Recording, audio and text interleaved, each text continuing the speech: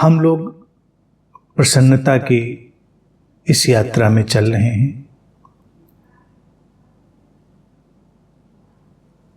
प्रसन्नता के द्वारों की चर्चा करते हुए हम आज 7वें और अंतिम द्वार में प्रवेश करेंगे।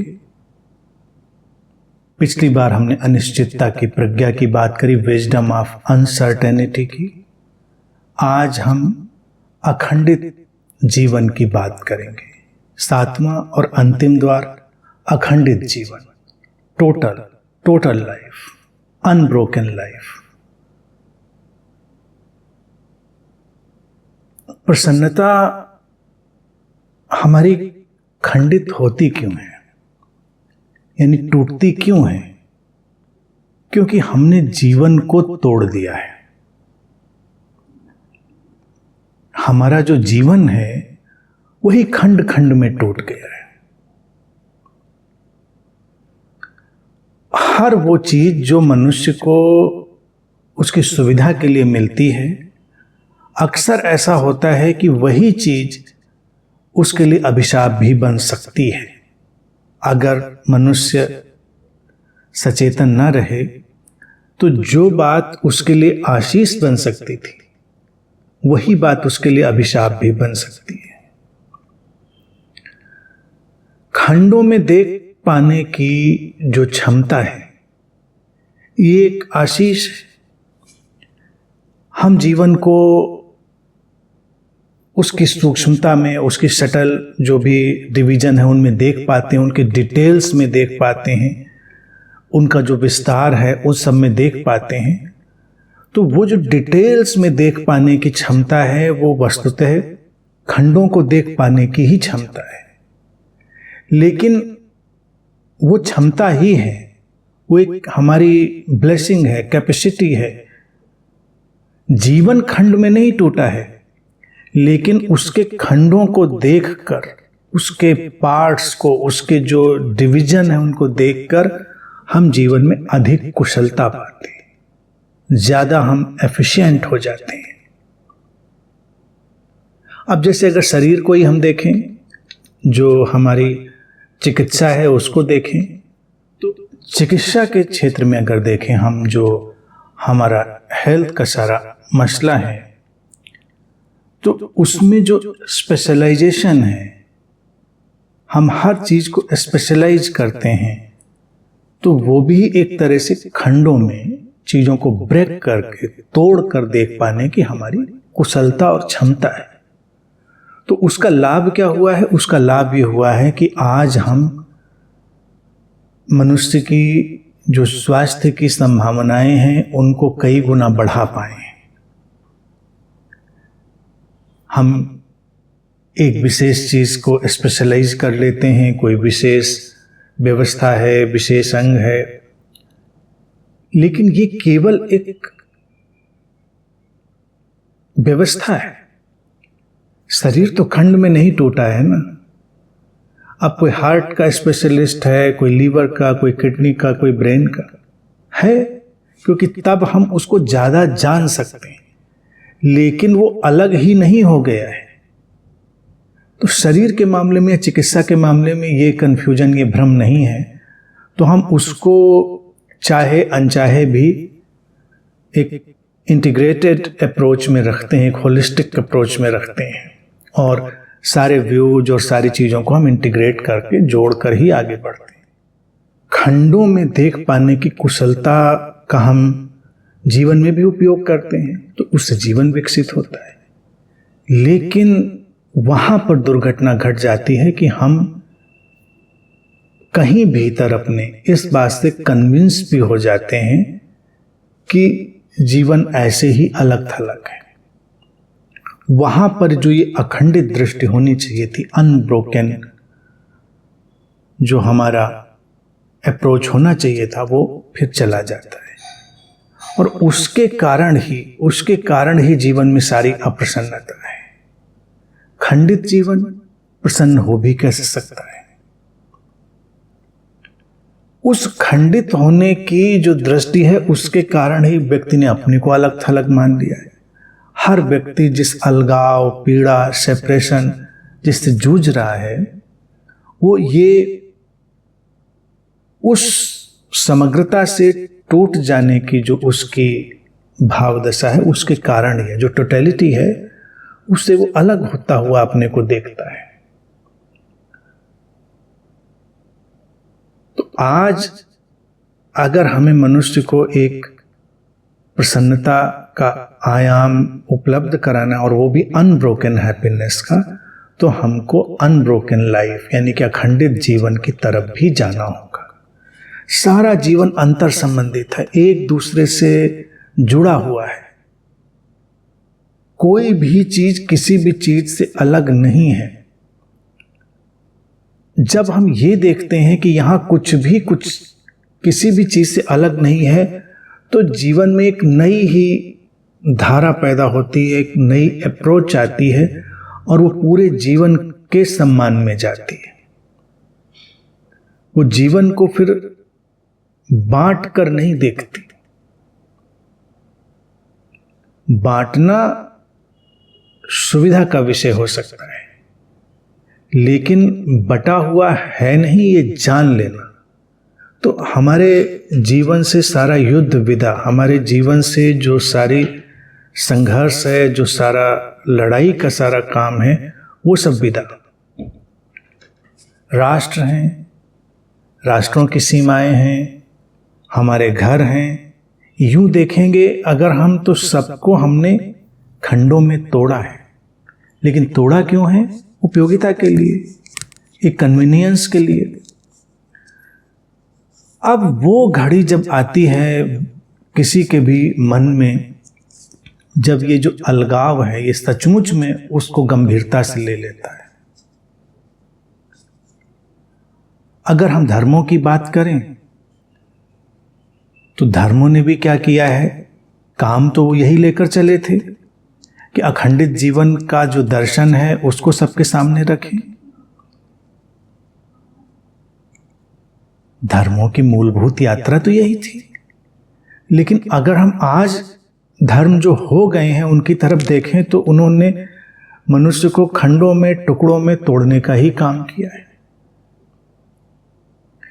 क्योंकि वो समझ आए, वो अंडरस्टैंडिंग आए उस होलनेस की, उस टोटलिटी की। वो तो ठीक है, लेकिन धर्म क्या कोशिश करते हैं कि अखंडित कैसे बनेगा? हम सबको एक रंग में रंग देंगे, यानी कि ये मेरा विचार है, ये मेरी मान्यता है, ये मेरा मत है। अगर पूरी दुनिया उसको उसी तरह से मान लेती है, सब एक हो गया। सबको एक उस सूत्र में पिरोने का अगर हम काम करें, तो उसका जो एबनॉर्मल वे है, जो विक्षिप्त रास्ता है, वो यही तो है। विक्षिप्त रास्ता यही कि सबको एक जैसा बना दो। तो इसीलिए धर्म एक बड़ी विचित्र सी चीज करते हैं। संविधान हमारा भी, बाकी देशों का भी, अलग अलग जगहों पर उसको प्रोत्साहित भी करता है कि धर्म अपना प्रचार प्रसार करे। अब ये कितनी आयरॉनिकल और हास्यास्पद बात है, धर्म अपना प्रचार प्रसार करे। क्यों? धर्म तो होती ही वो चीज है जो एक सुगंध की तरह फैलती ही चली जाती है। उनको अपना प्रचार प्रसार करना पड़े, यानी कि अपने ही रंग में रंगने की कोशिश करी जाए, तो ये एक एबनॉर्मल वे होगा अखंडित जीवन की तरफ जाने का, कि हम भिन्नता को इनकार करेंगे और सबको एक ही ढंग से ढालने की कोशिश करेंगे। तब सुविधा होती है, यानी कि जाने अनजाने व्यक्ति जाना अखंडित जीवन में ही चाहता है और इसीलिए भिन्नता से घबराता है। अगर वो बहुत व्यापक भिन्नता में, जो डाइवर्सिटी है, बहुत ही संसार की जो इंट्रिकेट डाइवर्सिटी है, बहुत जटिल वैविध्य है, विभिन्नता है, उसको देखे तो घबरा जाता है। तो इसीलिए लोग भी क्या करते हैं? अपने जैसे लोगों के बीच में रहने की कोशिश करते हैं। वो उनको थोड़ा सुकून देता है। उनको लगता है कि नहीं नहीं ठीक है, दुनिया अपनी ही जैसी है। और अगर वो विविधता देखें तो उस विविधता से उनको परेशानी होती है। परेशानी एक आध्यात्मिक व्यक्ति को तब नहीं होती है जब वो सचमुच में अध्यात्म की तरफ जा रहा है, तब वो अखंडित जीवन को समझ रहा है। वो जानता है यहाँ भिन्नता होगी, लेकिन भिन्नता के पीछे सब एक ही व्यवस्था में जुड़ा हुआ है, कुछ भी अलग थलग नहीं है। और विविधता है, यही तो सुंदरता है। अगर वो वैविध्य ना हो तो फिर सौंदर्य भी कैसे होगा? तो इसलिए उसका तो स्वागत करना है हमको। तो ये सारी चीजें हमको देखनी पड़ती हैं, तो घबराहट व्यक्ति की चली जाती है। अखंडित जीवन एक समझ है, और इस समझ के साथ हमारी प्रसन्नता भी अखंडित हो जाती है, अनब्रोकन हो जाती है। जब तक हमने सारे द्वारों को समझा अलग अलग ढंग से, उनके अलग अलग इंसाइट्स थी, अलग अलग उनकी प्रज्ञा थी, विजडम थी। अब अखंडित जीवन जो है एक उसका निचोड़ है। एक तरह से देख लें कि अगर हम नहीं देख पाएंगे इस चीज को तो हमारी प्रसन्नता टूटी फूटी रहेगी, हम उसको पूरा नहीं कर पाएंगे। कि हमको लगेगा अच्छा इसका मतलब ये चीज कहीं अलग है। और जीवन में सब कुछ सब जुड़ा हुआ है, और मूल रूप में यही अद्वैत की जो समझ है, जो नॉन डुअलिटी की अंडरस्टैंडिंग है, ये वही है। अखंडित जीवन वही है। हम किसी भी तरह की भिन्नता को देखें, उसका स्वागत करें, उसमें उलझे नहीं। और अपने व्यवहारिक जीवन में हम इसको कैसे देखेंगे? तो व्यवहारिक जीवन में ही चीजों को उतारना मुख्य बात है। फिलोसॉफिकल अगर हम उतारेंगे तो फिलोसॉफी तो सबके पास है, सबके पास अलग अलग तरह की विचारधाराएं हैं, फिलॉसफी है, और ये सब कोई नई बात नहीं है। जैसे कि धर्मों की ही बात मैंने कही कि वो कह तो वही बात रहे होते हैं, लेकिन अगर वो समझ नहीं होगी तो बात अखंडित की होगी और काम सारे खंडित करने वाले होंगे। इसीलिए अखंडित जीवन प्रसन्नता का महत्वपूर्ण द्वार है। प्रसन्नता ही बताएगी, जो हैप्पीनेस है, स्टेट ऑफ हैप्पीनेस है, वही बताएगी कि जीवन में इस अनब्रोकन मोमेंट का, अखंडित जो धारा है, उसका कितना गहरा प्रवाह है, कितनी गहराई है उसमें। जितनी प्रसन्नता कम, उतना जीवन टुकड़ों में टूटा हुआ। और दूसरी तरफ से भी देख सकते हैं, जितना जीवन टुकड़ों में टूटा हुआ, उतनी ही प्रसन्नता कम। दोनों इधर से या उधर से किधर से भी देखें, उनका अनुपात वही होगा। उनके अनुपात में हमेशा वो साम्यता, वो इक्विलिब्रियम, वो हमेशा बना रहेगा। जो प्रसन्न व्यक्ति है, क्या वो हिंसा करेगा? क्या वो जीवन के इस सारे सुंदर विस्तार को निंदा से देखेगा? प्रसन्न व्यक्ति इसमें उलझता ही नहीं। प्रसन्न व्यक्ति जीवन को तोड़कर देखेगा ही नहीं, और जो जीवन को तोड़कर नहीं देखेगा वो प्रसन्न तो होगा ही। वो प्रसन्न तो होगा, उसको कोई प्रसन्नता से फिर रोक नहीं सकता।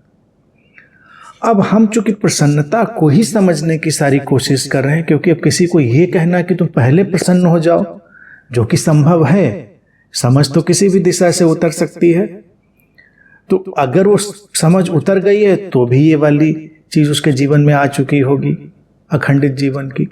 लेकिन हम सिस्टमैटिक ढंग से चल रहे हैं, हम ये मानकर चल रहे हैं कि प्रसन्नता तो आएगी जब ये सारी चीजें हम पूरी करेंगे, ये समझ अपने भीतर लाएंगे तो ये प्रसन्नता आएगी। तो उसके लिए अखंडित जीवन की समझ को हमको अपने भीतर व्यवहारिक जीवन में, प्रैक्टिकल लाइफ में लाना होगा। प्रैक्टिकल लाइफ में लाने के लिए जो व्यवहारिक हम काम करेंगे वो है नॉन रेजिस्टेंस, अप्रतिरोध का। हम जीवन में निरंतर तरह तरह का प्रतिरोध कर रहे होते हैं, रेजिस्टेंस। हमको क्या चाहिए, हमको क्या नहीं चाहिए, क्या होना चाहिए, क्या नहीं होना चाहिए। हम हर बात पर एक प्रतिरोध कर रहे होते हैं, रेजिस्टेंस का काम कर रहे होते हैं। फिर भी वो सब होता है अपने ढंग से। फिर भी जीवन में जो जैसा होना है वैसा होता रहता है। तो एक तो ये अप्रतिरोध की जो नॉन रेजिस्टेंस की जीवन शैली है, लाइफ स्टाइल है, उसको एडॉप्ट करेंगे। अब इसमें प्रश्न ये खड़ा होगा कि प्रतिरोध नहीं करेंगे तो क्या जीवन में कुछ बुरा है, या जीवन में जो हमको नहीं चाहिए वो आ रहा है तो हम उसको भी वैसे ही आने देंगे? ये प्रश्न खड़ा होगा। हिंसा हो रही है, उपद्रव हो रहा है, दंगा फसाद हो रहा है, तो हम अप्रतिरोध में अगर जिएंगे तो क्या हम सब होने देंगे? तो यहीं पर सूक्ष्म चीजें होती हैं समझने की।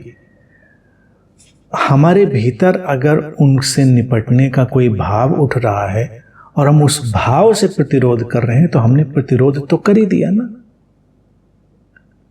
यानी कि ये बदलाव हमको चाहिए था, जो बदलाव हमारे भीतर से उठ रहा था, तो उस बदलाव के साथ भी हम बहे, यानी अपनी जो आंतरिकता थी उसके साथ, जो हमारा इनर एटीट्यूड था उसके साथ बहे। तो हमने अपनी आंतरिक गुणवत्ता, जो इनर क्वालिटी थी, उसके साथ प्रतिरोध नहीं किया, रेजिस्टेंस नहीं किया। दंगा फसाद हो रहा है, अगर मान लो आप बिल्कुल शांत हैं, संयत हैं, तो अलग बात है। कोई तय नहीं कर सकते इसमें फार्मूला कि क्या करेंगे क्या नहीं करेंगे, वो तो क्षण बताएगा। और किसी क्षण अचानक आपके भीतर से निकलता है और वो आपकी कंडीशनिंग, प्रोग्रामिंग, तमाम तरह की चीजों पर निर्भर करता होगा कि हमको ये करना है। युद्ध में ही उतर जाना है मान लो, तो आप युद्ध में उतर जाएंगे। वो अप्रतिरोध हुआ। जैसे अगर हम गीता के दर्शन को देखें, जहां पर भगवान कृष्ण अर्जुन को समझा रहे हैं, तो भारत में वो इतना महत्वपूर्ण क्यों हो गया? क्योंकि वहाँ पर वही अद्वैत का दर्शन है, नॉन डुअलिटी का, वहाँ पर इसी अखंडित जीवन का, अनब्रोकन लाइफ का दर्शन है, और जीवन के प्रति अप्रतिरोध का दर्शन है, अकर्ता का दर्शन है, वो सारी चीजें। अर्जुन प्रतिरोध किस चीज का कर रहा है? अपने योद्धा होने के गुण से प्रतिरोध कर रहा है। वो जो युद्ध में उतरने की क्षमता से भरा हुआ है और उसके अंदर वो सब चीजें उठ भी रही हैं। जो वो भागने की कोशिश कर रहा है वो बीच बीच में है, मतलब ये सतह पर है, वो उसका मूल गुण नहीं है। वो देख रहा है और जानता है कि ये आवश्यकता है, लेकिन अब चूंकि कोई अंतर्द्वंद खड़ा हो गया है, कोई कॉन्फ्लिक्ट आ गया है, तो उसको लगता है नहीं नहीं, ऐसे कैसे, ऐसे नहीं जाएंगे, ये उचित नहीं है। और तो उसकी जो सारी प्रश्नों की पृष्ठभूमि है वो है प्रतिरोध की, रेजिस्टेंस की। और कृष्ण क्या कर रहे हैं? उसके प्रतिरोध को हटा रहे हैं। देखने में लगेगा कि वो उसको पुश कर रहे हैं कुछ करने के लिए, नहीं, उसके अंदर का जो स्वभाव है वो तो अपना काम कर रहा है, धक्के मार रहा है। जो ये स्वभाव ओढ़ रहा है अपने ऊपर, ये उस मूल स्वभाव से प्रतिरोध के लिए, रेजिस्टेंस के लिए, तो कृष्ण कहेंगे non resistance way of life में जाओ। जब जीवन युद्ध की मांग करेगा तो युद्ध में भी उतरा जाएगा। तो इसलिए ये कोई कंफ्यूजन नहीं है। कई बार लोगों को लगता है अप्रतिरोध का मतलब कोई आया हमारे सिर पे कूड़ा डाल गया, हमने कहा ठीक है, थैंक यू। अब आप कह सकते हैं बहुत ही प्रसन्नता के साथ, शांति से भरे हुए, तो भी कोई प्रॉब्लम नहीं है, ठीक है, आप बोल दीजिए थैंक यू। लेकिन अगर आपको लगता है कि इसको कूड़ा मेरे सिर पे नहीं डालना चाहिए, या आप उस व्यवस्था से एट ईज नहीं है, तो उसको डालने देना भी आपके आंतरिक गुण से प्रतिरोध हुआ, रेजिस्टेंस हुआ। यानी कि भीतर तो आपके था कि ये नहीं होने देना है और आप उसको होने दे रहे थे। तो ये नॉन रेजिस्टेंस बहुत ही सूक्ष्म, जटिल, बहुत इंट्रिकेट है, इसको समझना है, सबको चाहिए। तभी अखंडित जीवन की जो समझ है, अंडरस्टैंडिंग है, वो स्पष्ट होगी, व्यापक है। जीवन में कोई भी चीज इस तरह से अलग थलग नहीं होती, ये प्रैक्टिकल व्यवहारिक जीवन में है। और दूसरा काम क्या होगा? दूसरा काम ये होगा कि आप ये जानते हैं कि यहां पर चूंकि पूरा जीवन अंतर संबंधित है, तो सब कुछ की अपनी कोई महत्ता होगी, उनका कोई इंपॉर्टेंस होगी, उनकी वहां पर होने की। वो हैं तो हम बस उनको उस तरह से होने को स्वीकार करते हैं। तो एक अनकंडीशनल एक्सेप्टेंस की चीज भी आएगी, और ये भी विवेक से भरी हुई है। हर चीज देखिए, एक होता है बिल्कुल मूर्खतापूर्ण ढंग से किसी चीज में चले गए, अनकंडीशनल एक्सेप्टेंस शब्द बड़ा अच्छा लगेगा, बेशर्त स्वीकार हम लेकर आए। लेकिन कैसे? अब जैसे घरों में हमारे छिपकली घूम रही, लिजर्ड घूम रही, कई लोग बड़े आतंकित हो जाते हैं उससे, बड़ी परेशानी है, घर में छिपकली आ गई, लिजर्ड आ गई। लेकिन क्या वो सचमुच परेशानी का विषय है, या ये हमारी पूरी जो बैलेंस्ड लाइफ की चेन है उसका एक हिस्सा है? वो है वहां पर तो कुछ काम कर रही है। अस्तित्व ने सब कुछ इसी ढंग से क्रिएट हुआ है अस्तित्व में, जो सब कुछ को बैलेंस कर रहा है। तो वो कुछ ऐसा काम जरूर कर रही है जो हमारे जीवन को बैलेंस दे रहा है।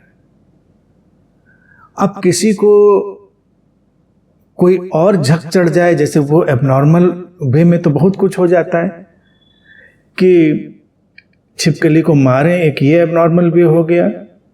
कई लोग उससे भी आगे चले जाते हैं, भगाएं, डरें, वहां तक तो ठीक है, क्योंकि छिपकली की स्किन में एक किस्म का पॉइजन भी है, स्किन में है, वो आपको मारने काटने तो नहीं आ रही ना। लेकिन कई लोगों को जब पता चल गया अच्छा उसकी स्किन में पॉइजन है, तो इसको मार के सुखा के इसको चिलम में भर के पिया जाए तो नशा भी हो जाता है। आप लोगों को पता होगा, पता नहीं, कुछ लोगों को हो सकता है ना पता हो।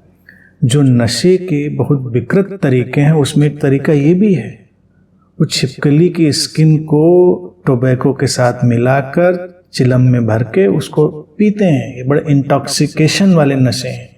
जैसे नशा बहुत बढ़ जाए किसी की आदत में, तो अपनी जीभ पर कोबरा कटवाते हैं टंग पे, ये तो सुना होगा आपने। बाकी जो हैं वो छिपकली कोबरा से तो गए बीते ही नशे हैं, जो ड्रग्स वगैरह हैं सब। तो एक छोटी सी चीज जो उदाहरण के लिए मैं बता रहा था, एक छिपकली और व्यक्ति कहां तक जा सकता है, उससे डरने से लेकर उसको चिल्लम में भर के पीने तक जा सकता है। ये मनुष्य की क्रिएटिविटी भी है और एबनॉर्मेलिटी भी, यानी कि पॉसिबिलिटी जो उसको मिली है उसका वो कैसा भी यूज कर सकता है। लेकिन उसका होना हमारे इस टोटल लाइफ के बैलेंस में कुछ काम कर रहा है। तो हम लड़ाई नहीं लड़ते, हम कहते ठीक है वो अपना काम करता है, हम अपना काम करते हैं। को एग्जिस्टेंस। अब ये जो अनकंडीशनल एक्सेप्टेंस है, ये हर चीज पर हम डालेंगे, और इसके बाद फिर क्या चीज निकल आए? को एग्जिस्टेंस, सह अस्तित्व। हम साथ साथ अस्तित्व में हैं। तो सबके साथ होकर रहना, वो अंतर्दृष्टि, वो प्रैक्टिकल लाइफ में भी लाना, प्रैक्टिकल लाइफ में जब इसको लाएंगे तो जीवन में बहुत कुछ बदलेगा। अगर हम फिर लौट कर देखें उन धर्मों की तरफ जो बातें तो कुछ भी कह रहे हों, लेकिन वो को एग्जिस्टेंस में यकीन करते हैं क्या? फिलॉसफी सुनेंगे तो लगेगा करते हैं, लेकिन व्यवहार में देखेंगे तो दूसरे को रहने नहीं देना चाहते।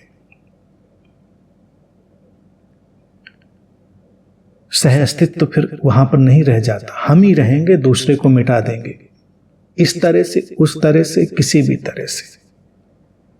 राजनीतिक विचारधाराओं में देखिए क्यों विचारधाराएं आक्रामक ढंग से अपना काम करती हैं। कोई भी व्यक्ति अपने विचारों का आक्रामक उपयोग क्यों करता है? इसीलिए क्योंकि वो चाहता है कि यही रहे और दूसरी चीज ना रहे। तो इसमें होता क्या है कि वो सह अस्तित्व की जो स्थिति है वो खत्म होती चली जाती है और जीवन में बहुत कुछ खोता चला जाता है।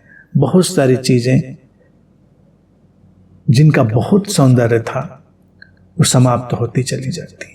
अब इसी को एग्जिस्टेंस को अगर हम आज के इकोनॉमिक सिनेरियो में भी देखें तो वहां पर भी एक बड़ी ही इसकी समझ और बड़ी घातक चीज है।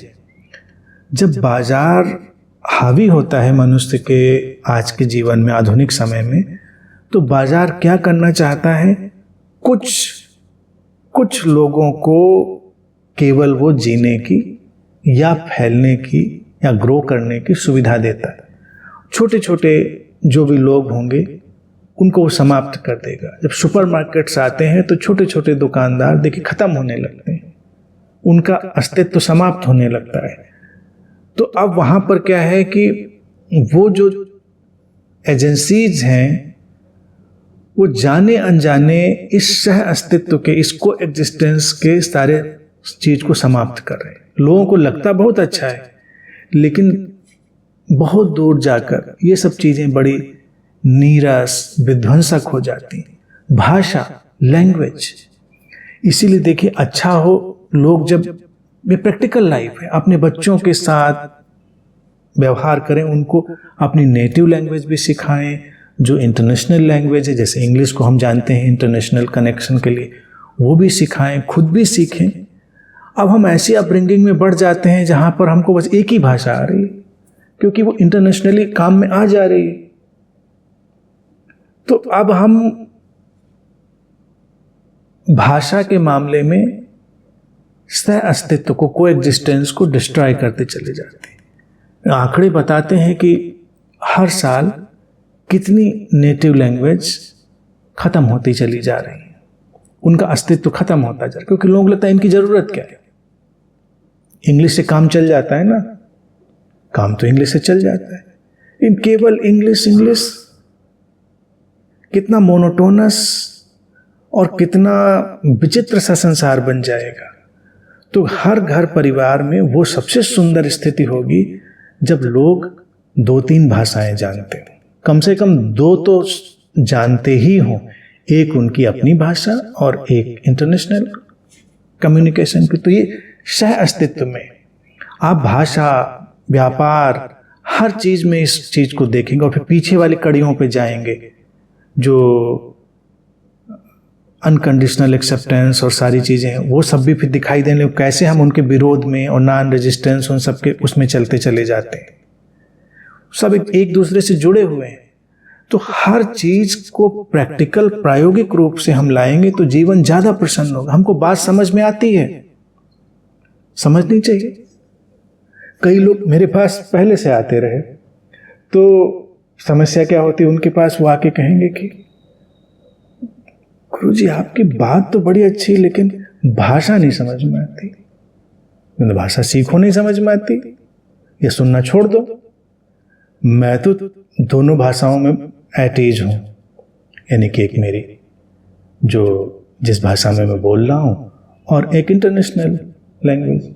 बाकी मैं बोलता तो जानबूझकर इसी में हूं। जैसे बुद्ध ने संस्कृत के प्रकांड विद्वान होने के बावजूद पाली में बोलना चुना। अब कभी कोई लोग ये नहीं सोचते कि बुद्ध ने पाली में बोलना क्यों चुना।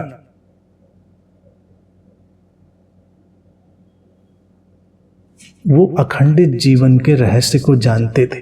कैसे जुड़ेंगे लोग, कैसे संदेश जाएगा? संदेश फिर तो कुछ अभिजात, कुछ एलीट लोगों तक के लिए रह जाएगा। तो आज हमारे सामने क्या है कि बाजार के स्तर से लेके, भाषा के स्तर से लेके, खान पान के स्तर तक हर चीज में इस अखंडित जीवन को जगह देनी चाहिए। अगर हम अपने किचन की तरफ आए तो भी वहां अखंडित जीवन का एक हमको नजारा दिखेगा। अगर हम उस भोजन में जो हम लोग उपयोग कर रहे हैं उसमें वही सारी चीजें ले आए, किसी भी चीज से बहुत प्रतिरोध नहीं तो किसी चीज के प्रति ऑब्सेशन नहीं। प्रतिरोध नहीं होगा तो विकृत आकर्षण नहीं होगा, ऑब्सेशन नहीं होगा। जैसे हल्दी खानी चाहिए लेकिन हल्दी फांकते रहना चाहिए, कैप्सूल में भर के खाएं, उसका जूस निकाल के पिए, उसको घोल के पिए तो ऑब्सेशन में बदल जाएगा। रेजिस्टेंस की एबनॉर्मलिटी, फिर अनकंडीशनल एक्सेप्टेंस और फिर को एग्जिस्टेंस, इन सब चीज़ों को अपने किचन में भी अगर हम देखेंगे तो सब चीज़ें दिखाई देंगी।